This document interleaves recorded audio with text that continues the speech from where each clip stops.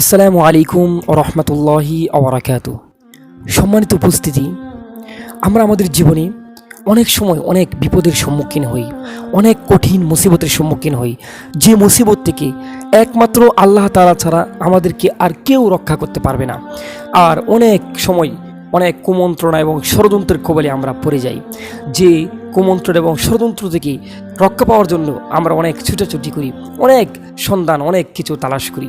কিন্তু আপনারা কি জানেন, এমন একটি দোয়া আছে, এই দোয়াটি কোনো ব্যক্তি যদি পাঠ করে তাহলে সমস্ত ষড়যন্ত্র এবং যত কঠিন মুসিবতই হোক না কেন, আল্লাহ তাআলা এই দোয়ার বদলতে তাকে এই বিপদগুলো থেকে রক্ষা করবে। সুবহানাল্লাহ।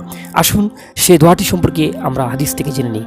মুসলিম শরীফের 2704 নম্বর হাদিস, আবু মুসা আশআরী রাদিয়াল্লাহু আনহু থেকে বর্ণিত।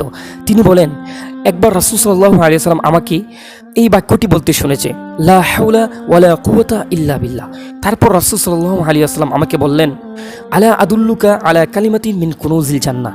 আমি কি তোমাকে এমন বাক্যের সন্ধান দেব না যা জান্নাতের ভাণ্ডারসমূহের অন্তর্ভুক্ত? আমি বললাম, বালা ইয়া রাসূলুল্লাহ, হ্যাঁ অবশ্যই ইয়া রাসূলুল্লাহ সাল্লাল্লাহু আলাইহি ওয়াসাল্লাম। রাসূল সাল্লাল্লাহু আলাইহি ওয়াসাল্লাম তারপর বললেন, তুমি বলো লা হাওলা ওয়ালা কুওয়াতা ইল্লা বিল্লাহ। এই বাক্যটি তুমি বলো, কারণ এই বাক্যটি হলো জান্নাতের ভাণ্ডারসমূহের অন্তর্ভুক্ত। সুবহানাল্লাহ।